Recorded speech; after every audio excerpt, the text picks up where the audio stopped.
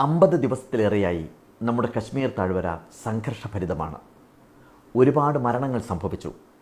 നമ്മുടെ ആഭ്യന്തരമന്ത്രിയുടെ സന്ദർശനത്തെ തുടർന്ന് കർഫ്യൂ പിൻവലിച്ചെങ്കിലും ഇന്നും നീറിപ്പുകയുകയാണ് അതിർത്തി മേഖല. എത്ര കാലമായി ഇത് തുടങ്ങിയിട്ട്? എന്നാണ് ഇതൊന്ന് അവസാനിക്കുക?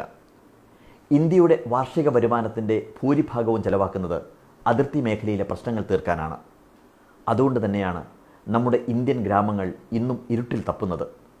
അതുകൊണ്ട് തന്നെയാണ് ഭാര്യയുടെ മൃതദേഹവുമായി ഒരാൾക്ക് 10 കിലോമീറ്ററോളം ഇന്ത്യയുടെ ഹൃദയത്തിലൂടെ നടക്കേണ്ടി വന്നത്.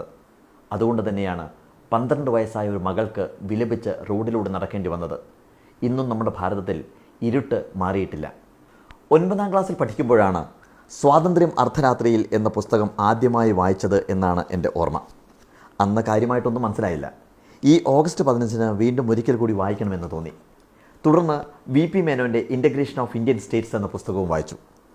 ഇതിൽ പറഞ്ഞിരിക്കുന്ന പല കാര്യങ്ങളും ഇന്ന് നമ്മുടെ ഭാരതത്തിൽ സംഭവിച്ചുകൊണ്ടിരിക്കുന്ന കാര്യങ്ങളെ എങ്ങനെ ലാരി കോളിൻസും ഡൊമിനിക് ലാപ്പിയറും മുൻകൂട്ടി കണ്ടു എന്ന് എന്നെ അത്ഭുതപ്പെടുത്തുന്നു. അതുകൊണ്ട് തന്നെ ചില കാര്യങ്ങൾ എൻ്റെ ഫേസ്ബുക്ക് കൂട്ടുകാരുമായി സംവദിക്കണം എന്ന് എനിക്ക് തോന്നി. ഗാന്ധി എവിടെയാണോ അവിടെയായിരുന്നു ഇന്ത്യയുടെ തലസ്ഥാനം. പക്ഷേ ബ്രിട്ടീഷുകാരുടെ തന്ത്രം, ഭിന്നിപ്പിച്ച് ഭരിക്കുക എന്ന തന്ത്രം ശരിക്കും ഏറ്റു. ഹിന്ദുക്കളെയും മുസ്ലിങ്ങളെയും അവർ ശരിക്കും ശത്രുക്കളാക്കി. അതുകൊണ്ട് തന്നെ മഹാത്മാഗാന്ധി പ്രഖ്യാപിച്ചു, ഇന്ത്യയെ വെട്ടിമുറിക്കുന്നതിന് മുമ്പ് നിങ്ങൾക്ക് എൻ്റെ ശരീരം വെട്ടിമുറിക്കേണ്ടി വരും. അദ്ദേഹം ആവർത്തിച്ച് പ്രഖ്യാപനം ചെയ്തു. പക്ഷേ പാകിസ്ഥാൻ വിഭജിക്കണം എന്നുള്ള കാര്യം 1933 തന്നെ ഉറപ്പിച്ചു വച്ചിരുന്നു. പുസ്തകത്തിൽ പറയുന്നത് ഇങ്ങനെയാണ്: സ്വന്തമായ ഒരു രാജ്യം സ്ഥാപിക്കണമെന്ന ആശയം കേംബ്രിഡ്ജിൽ 3-ാം നമ്പർ ഹെംബസ്റ്റർ റോഡിലെ ഒരു സാധാരണ നാടൻ വസതിയിൽ വെച്ചാണ് ടൈപ്പ് ചെയ്ത് 4.5 പേജ് വരുന്ന കടലാസിൽ ഔപചാരികമായി ആദ്യമായി രൂപം കൊണ്ടത്. അതിൻ്റെ കർത്താവ് റഹ്മത്ത് അലി എന്ന ഒരു 40-കാരനായിരുന്നു. തൻ്റെ നിർദ്ദേശമടങ്ങിയ കടലാസിൻ്റെ തലയ്ക്കൽ അദ്ദേഹം എഴുതി വച്ച തീയതി 1933 ജനുവരി 28 എന്നാണ്. അലി എഴുതി, ഇന്ത്യ ഒരൊറ്റ രാഷ്ട്രമാണെന്ന ആശയം അപഹാസ്യമായ നുണയാണ്. മുസ്ലിങ്ങൾ ഭൂരിപക്ഷമായുള്ള ഇന്ത്യയുടെ വടക്ക് പടിഞ്ഞാറൻ സംസ്ഥാനങ്ങളായ പഞ്ചാബ്, കശ്മീർ, സിന്ധ് അതിർത്തി സംസ്ഥാനം, ബലൂചിസ്ഥാൻ എന്നീ പ്രവശ്യകൾ ചേർത്ത് രൂപപ്പെടുത്തിയ ഒരു മുസ്ലിം രാഷ്ട്രത്തിനു വേണ്ടി അദ്ദേഹം ആഹ്വാനം ചെയ്തു. തൻ്റെ പുതിയ രാഷ്ട്രത്തിനുള്ള പേര് പോലും അദ്ദേഹം നിർദ്ദേശിച്ചിരുന്നു: പാകിസ്ഥാൻ. ഇന്ത്യയെ വെട്ടിമുറിക്കുന്നതിൽ അവസാനത്തെ വൈസ്രോയിയായ മൗണ്ട് ബാറ്റൻ പ്രഭുവിന് പോലും താല്പര്യമില്ലായിരുന്നു എന്നുള്ളതാണ് ലാരി കോളിൻസും ഡൊമിനിക് ലാപ്പിയറും എഴുതി വച്ചിരിക്കുന്നത്. വിഭജനം വെറും ഭ്രാന്താണ്, മൗണ്ട് ബാറ്റൻ എഴുതി. എല്ലാവരെയും പിടികൂടിയിട്ടുള്ള അതിഭയങ്കരമായ വർഗീയ ഭ്രാന്ത്. മറ്റൊരു മാർഗവും തുറന്നു തരാത്ത സ്ഥിതി ഇല്ലായിരുന്നെങ്കിൽ എന്നെക്കൊണ്ട് വിഭജനത്തിന് സമ്മതിക്കാൻ ആർക്കും കഴിയുമായിരുന്നില്ല. ഈ ഭ്രാന്തൻ തീരുമാനത്തിൻ്റെ ഉത്തരവാദിത്തം ലോകദൃഷ്ടിയിൽ പൂർണ്ണമായും ഇന്ത്യയുടെ ചുമലിൽ ചുമത്തേണ്ടതുണ്ട്. കാരണം അവർ ഇപ്പോൾ എടുക്കാൻ പോകുന്ന തീരുമാനത്തെപ്പറ്റി ഒരു നാൾ അവർ കഠിനമായി ദുഃഖിക്കാതിരിക്കുകയില്ല, അദ്ദേഹം എഴുതിയിരുന്നു. സത്യമാണ്, നമ്മുടെ ഭാരതം ഇന്നും ദുഃഖിച്ചുകൊണ്ടിരിക്കുന്നു. അന്ന് വിഭജനം നടന്നില്ലായിരുന്നുവെങ്കിൽ ലോകരാഷ്ട്രങ്ങൾക്കിടയിൽ ഇന്ത്യ ഏറ്റവും വലിയൊരു ശക്തിയായി ഉയരുമായിരുന്നു. പിന്നെ വിഭജനം നടന്നത് ആരുടെ അനുവാദത്തോടു കൂടിയാണ്? അതാണ് അടുത്ത പേജിൽ പറഞ്ഞിട്ടുള്ളത്.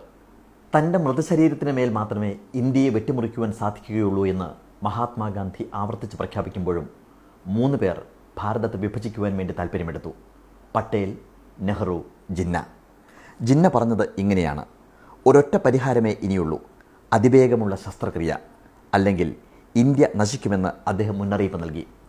ജിന്നയെക്കുറിച്ച് ഈ പുസ്തകത്തിൽ പറയുന്നത് ഇങ്ങനെയാണ്: ഇന്ത്യയിലെ മുസ്ലിം ജനസാമാന്യത്തിന് ഇത്രയും അനുയോജ്യനല്ലാത്ത മറ്റൊരു നേതാവിനെക്കുറിച്ച് ചിന്തിക്കാൻ പോലും വിഷമമാണ്. മുഹമ്മദ് അലി ജിന്നയെ സംബന്ധിച്ചിടത്തോളം മുസ്ലിമായി ഒരൊറ്റ കാര്യമേ ഉണ്ടായിരുന്നുള്ളൂ: അദ്ദേഹത്തിൻ്റെ മാതാപിതാക്കളുടെ മതം. അദ്ദേഹം മദ്യപിച്ചിരുന്നു, പന്നിയിറച്ചി തിന്നിരുന്നു, മതപരമെന്ന് വിശേഷിപ്പിക്കാവുന്ന മട്ടിൽ തന്നെ നിത്യവും രാവിലെ താടി പഠിച്ചിരുന്നു. മതപരമായ വാശിയോടുകൂടി തന്നെ വെള്ളിയാഴ്ച പള്ളിയിൽ പോകുന്നത് ഒഴിവാക്കുകയും ചെയ്തിരുന്നു. ജിന്നയുടെ ലോകവീക്ഷണത്തിൽ ദൈവത്തിനും ഖുറാനും സ്ഥാനമേ ഉണ്ടായിരുന്നില്ല. അദ്ദേഹത്തിൻ്റെ രാഷ്ട്രീയ ശത്രുവായ ഗാന്ധിക്ക് മുസ്ലിങ്ങളുടെ വിശുദ്ധ ഗ്രന്ഥത്തിൽ നിന്നുള്ള വാക്യങ്ങൾ അദ്ദേഹത്തേക്കാൾ കൂടുതൽ അറിയാമായിരുന്നു. അങ്ങനെ 1947 ജൂൺ 3-ാം തീയതി വൈകിട്ട് 7 മണി കഴിഞ്ഞ ഉടനെ അഖിലേന്ത്യാ റേഡിയോയുടെ ന്യൂഡൽഹി നിലയത്തിൽ നിന്ന് ഇന്ത്യയെ വിഭജിച്ച് സ്വതന്ത്രമാക്കാനുള്ള തീരുമാനം 4 പ്രധാന നേതാക്കന്മാരും ചേർന്ന് ഔപചാരികമായി പ്രഖ്യാപനം ചെയ്തു: മൗണ്ട് ബാറ്റൻ, നെഹ്റു, ജിന്ന, പട്ടേൽ. പക്ഷേ ഇനി രസകരമായ മറ്റൊരു കാര്യം, ഇന്ത്യയെ മുറിക്കാനായി ഇന്ത്യയെ വിഭജിക്കാനായി അതിർത്തി രേഖ വരയ്ക്കുവാനായി ഏൽപ്പിച്ച റാഡ്ക്ലിഫിനെ കുറിച്ചുകൂടി അറിയുക. വിവിധങ്ങളായ അനേകം വിഷയങ്ങളിൽ ഒരു സർവ്വവിജ്ഞാനകോശത്തിന് തുല്യമായ അറിവ് നേടിയിരുന്നുവെങ്കിലും ഇന്ത്യയെക്കുറിച്ച് വാസ്തവത്തിൽ റാഡ്ക്ലിഫിന് ഒന്നും അറിയുമായിരുന്നില്ല. അദ്ദേഹം ഇന്ത്യയെക്കുറിച്ച് ഒരിക്കലും ഒന്നും എഴുതിയിരുന്നില്ല. അതിന് സംബന്ധിക്കുന്ന സങ്കീർണമായ നിയമപ്രശ്നങ്ങളിൽ ഒരിക്കലും ഇടപെടുകയുണ്ടായിട്ടില്ല. എന്നല്ല, ആ ഉപഭൂഖണ്ഡത്തിൽ ഒരിക്കൽ പോലും അദ്ദേഹം കാൽ കുത്തിയിട്ടുമില്ല. ഇപ്പോൾ മറ്റൊരു കടലാസ് തുണ്ടിൽ അവയുടെയെല്ലാം അസ്തിത്വങ്ങൾ വേർപെടുത്തുന്ന രേഖ അദ്ദേഹം വരയ്ക്കാൻ പോവുകയാണ്.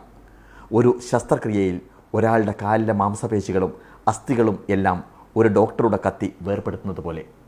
മൗണ്ട് ബാറ്റൺ പ്രഭു റാഡ്ക്ലിഫിനോട് കർക്കശമായി പറഞ്ഞു, ഓഗസ്റ്റ് 15 മുമ്പ് അതിർത്തികൾ സംബന്ധമായ തീരുമാനം അത്യാവശ്യമായി പൂർത്തിയാക്കണം എന്ന്. പക്ഷേ റാഡ്ക്ലിഫ് ജിന്നയെയും നെഹ്റുവിനെയും നേരിട്ട് കണ്ടു. രണ്ടുപേരോടും ഒരേ ചോദ്യം തന്നെ ചോദിച്ചു. എന്തെല്ലാം പാകപ്പിഴകളുണ്ടെങ്കിലും ഓഗസ്റ്റ് 15 വ്യക്തമായ വിഭജന രേഖകൾ ഉണ്ടാക്കേണ്ടത് തികച്ചും അത്യാവശ്യമാണോ എന്ന്. അത്യാവശ്യമാണെന്ന് തന്നെ രണ്ടുപേരും നിർബന്ധമായി പറഞ്ഞു. അവരുടെ നിർബന്ധം കൂടിയായപ്പോൾ റാഡ്ക്ലിഫിന് അതനുസരിക്കുകയല്ലാതെ മറ്റൊരു പോംവഴിയും ഇല്ലാതെയായി. പഞ്ചാബിൻ്റെയും ബംഗാളിൻ്റെയും മേലുള്ള ഈ കീറിമുറിക്കലിന് ശസ്ത്രക്രിയാ വിദഗ്ധൻ്റെ കത്തിയല്ല തനിക്ക് ആവശ്യം. തനിക്ക് വേണ്ടത് ഇറച്ചുവെട്ടുകാരൻ്റെ കോടാലിയാണ്. അങ്ങനെ ആ കോടാലി കൊണ്ട് നമ്മുടെ ഭാരതം വിഭജിക്കപ്പെട്ടു. പാകിസ്ഥാൻ, ഇന്ത്യ. ആ വിഭജനത്തിൻ്റെ വേദനകൾ കഴിഞ്ഞ 70 വർഷമായി നമ്മൾ അനുഭവിച്ചു കൊണ്ടിരിക്കുന്നു. ഇന്നും നമ്മുടെ അതിർത്തി മേഖലകൾ നേറിപ്പുകയുകയാണ്. ഈ പ്രശ്നങ്ങൾക്ക് ഒരറുതി വരുവാൻ നമ്മൾ എന്ത് ചെയ്യണം? മതവർഗീയ ചിന്തകൾ വെടിഞ്ഞ് മനുഷ്യരായി നമുക്ക് ഒരുമിച്ചുകൂടെ? ലോക സമസ്ത സുഖിനോ ഭവന്തു എന്ന മുദ്രാവാക്യം നമുക്ക് മുറുകെ പിടിച്ചുകൂടെ?